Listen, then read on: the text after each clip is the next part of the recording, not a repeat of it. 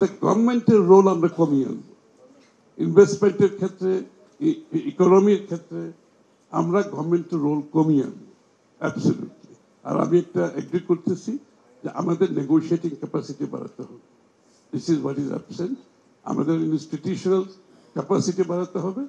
এই জন্য আমি মন্ত্রী থাকতে আমি গতবার একটা ফরেন ট্রেড ইনস্টিটিউট ওই পারপাসেই করেছিলাম, এবং with the endowment from European union which did not continue.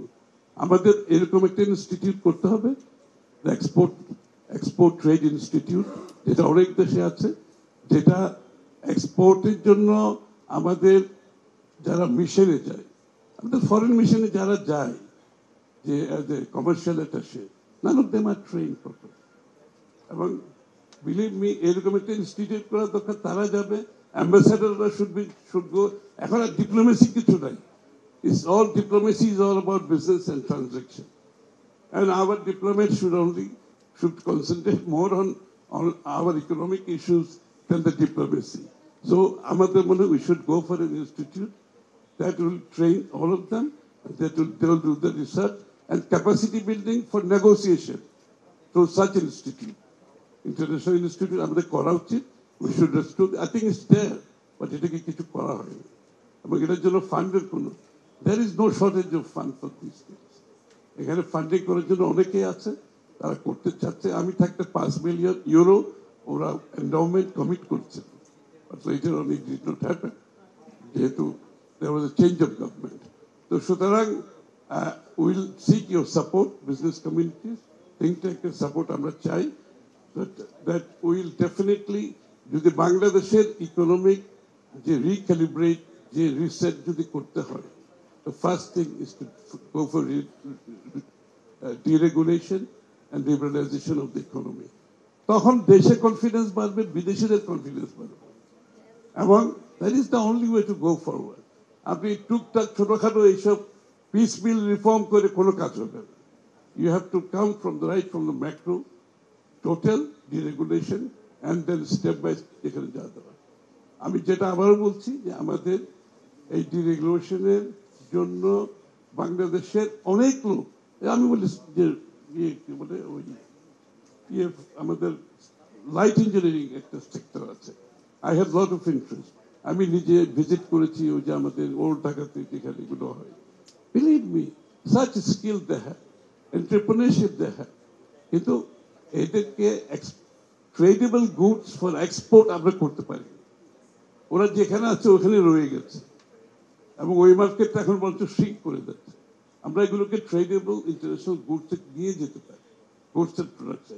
And lastly, ICT সেক্টরে আমাদের হিউজ সম্ভাবনা, বিশাল সম্ভাবনা। এই সম্ভাবনাকে আমাদের কাজে লাগাতে হবে। আমাদের লক্ষ লক্ষ কিন্তু ইয়াং ছেলেমেয়েরা কিন্তু জড়িত হয়ে গেছে আইসিটি সেক্টরকে, আমরা কিন্তু এটাকে চ্যানেলাইজ করতে পারি না।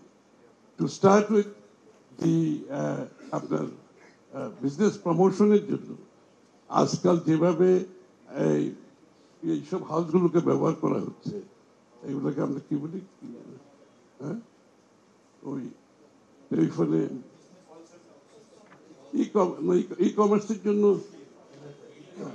বিপিও, হ্যাঁ, যে চ্যাট, যে